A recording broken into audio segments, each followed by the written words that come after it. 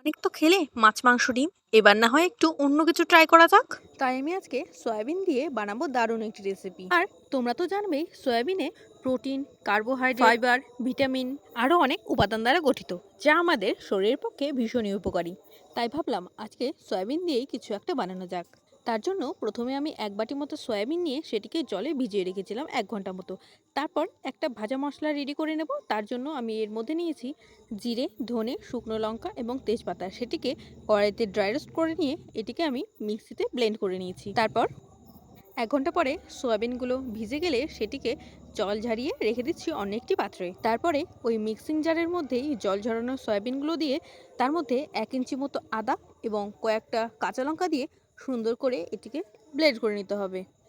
সয়াবিনগুলোকে এমনভাবে ব্লেন্ড করতে হবে যাতে সবটা একদম পেস্ট না হয়ে যায়, যাতে একটু দানাদার থাকে। তাহলে খাওয়ার সময় সয়াবিনগুলো মুখে পড়বে, ব্যাপারটা বেশ ভালো লাগবে। তারপর সবটা ভালো করে একটা পাত্রের মধ্যে দিয়ে তার মধ্যে মিশিয়ে নিচ্ছি কয়েকটি মশলা। দিচ্ছি সামান্য একটু রঙের জন্য হলুদ গুঁড়ো, দিচ্ছি আগে যে মশলাটি রেডি করে রেখেছিলাম সেটি, একটু লবণ, আর দুটো আমি আগে থেকে আলু সেদ্ধ করে রেখেছিলাম সেটিকে দিয়ে এবার সবটাকে খুব ভালো করে মাখিয়ে নিতে হবে।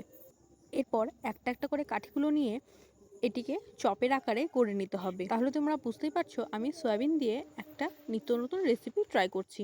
নিরামিষের দিনে এটি একটি বেস্ট আইটেম আমার মতে। সন্ধ্যের চায়ের সঙ্গে নিরামিষের দিন এরকম সয়াবিনের চপ জাস্ট জমে যাবে। আর দেখো, এটা কিন্তু লাগছে একদম চিকেন লেগ পিসের মতো।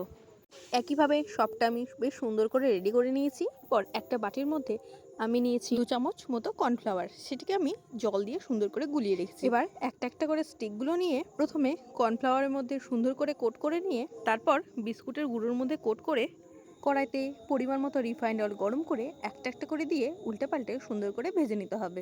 তাহলে রেডি হয়ে যাবে চিকেন ছাড়া চিকেন লেগ পিস। রেসিপিটা কেমন লাগলো অবশ্যই কিন্তু একবার কমেন্ট করে জানাবেন। ধন্যবাদ।